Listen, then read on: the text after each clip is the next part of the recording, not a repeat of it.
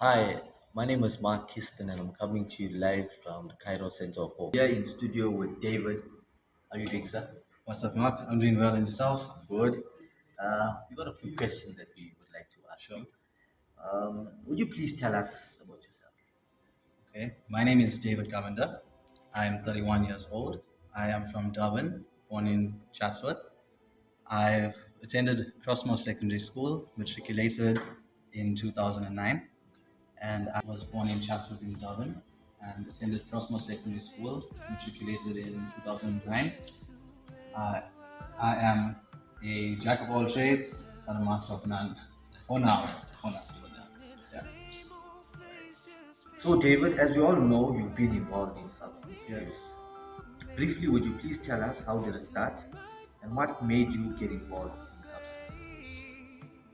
Well, I've been addicted to drugs for the past 13 years. Uh, Addicted to hardcore drugs since 2010. But I would say it started when I was in high school. It starts off with smoking cigarettes, Yeah. and then you, with the guys in school, smoking weed, bunking, drinking, and then after school, hitting the clubs, partying. And there was a point where I was selling drugs, and that's how I was introduced to sugars, as we call heroin sugars in Dublin. So I always thought of it as um, not one of the top shelf drugs, And I've always said when I saw guys smoking it as well, I'll never do this.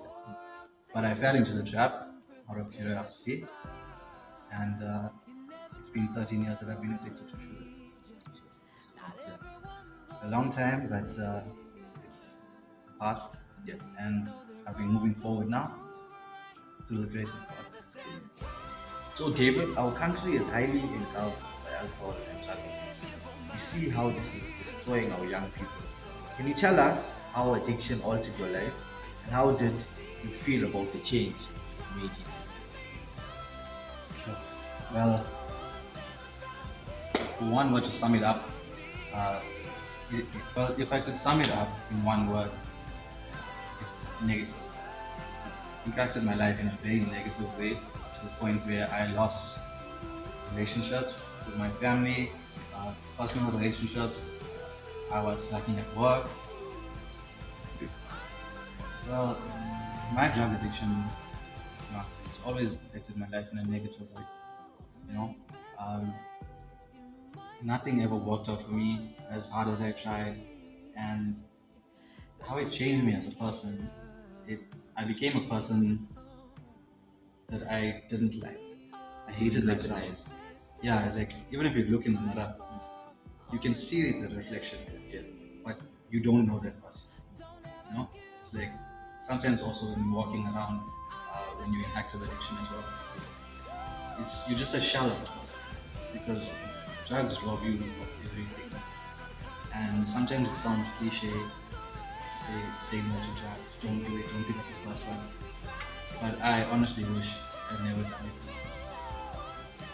Okay, most of the time when people are blinded by addiction, they're usually not aware of how this is affecting those around them and those who care about them. Can you tell us how this has affected your family and what steps have you taken to fix it? When you're an addict, you're very selfish. Everything revolves around you. Uh, it doesn't matter who's going through what, it doesn't matter It's what's all happening about around. you. It's all about you and what you can do to get that next fix. Unfortunately, the stigma around addiction is that people just use drugs because they want to be high all the time, which is partially true, Okay. but like with certain drugs, like such as heroin, you need it to function. Okay. Like you can't wake up in the morning and start work. You can't go throughout your day like a normal person. So you're actually taking drugs to be To normal. be highly addictive. Extremely, extremely. And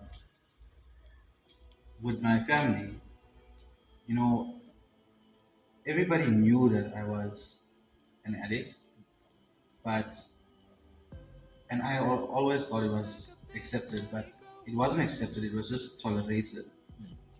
Um, and I've lost relationships with a lot of family members. I've stopped talking to people, but through the goodness of God and thanks to my time here at Kairos Center of Hope, I've been through counseling sessions with our pastor Vasha, who does our sessions with us. She's helped me break down those walls that I've built up. She's helped me through a lot of issues that has affected me. Kairos Center of Hope was one of the nation building initiatives that the country is blessed with. Can you tell us about the impact it has made? Well, Mark, you remember the day that I was admitted. You did Yes, admission. exactly. Feels like yesterday. So I walked in here, Long well, hair. long hair, long face, but I walked Sleepless in. nights. You could use the when you came in a hot shower. Yeah, and thrown into the pool. Yeah. But yeah, wash away all that.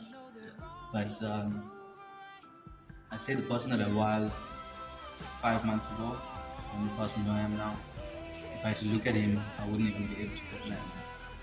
And maybe the old David as well, he would have never thought that he'd be here today. So, firstly, I'd like to thank you, bro. You're more than that. Thank Pastor Justin and also our counselor, Pastor Basha, and all my brothers at Kairos as well for holding me up and bringing me through those first few weeks and up till now, every single day.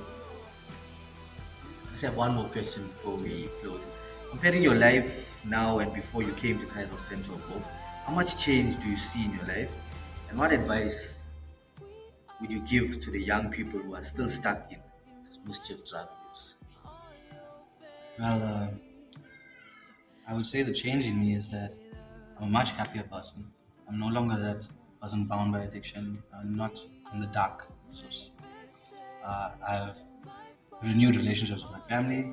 I'm more sociable, more talkative, and much more friendly um, because I'm not focusing on just one thing, which was going to school all the time.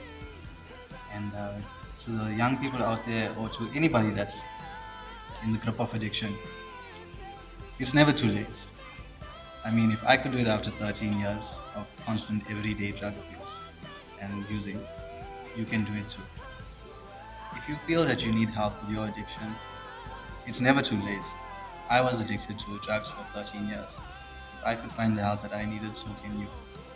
And you're not just getting rehabilitation, but you're also improving your contact with God as well. So, guys, I would like to take this opportunity to thank the guys that have come on, express their feelings and the stories with you. And I pray that it will be an impact towards your life. And I pray that you would find a facility that can help you. And it's never too late. And I pray that God be with you and God bless you. Everybody's been counting you out, but where are they now?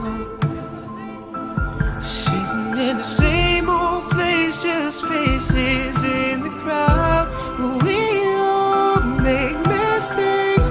You might fall on your face, but you gotta get out.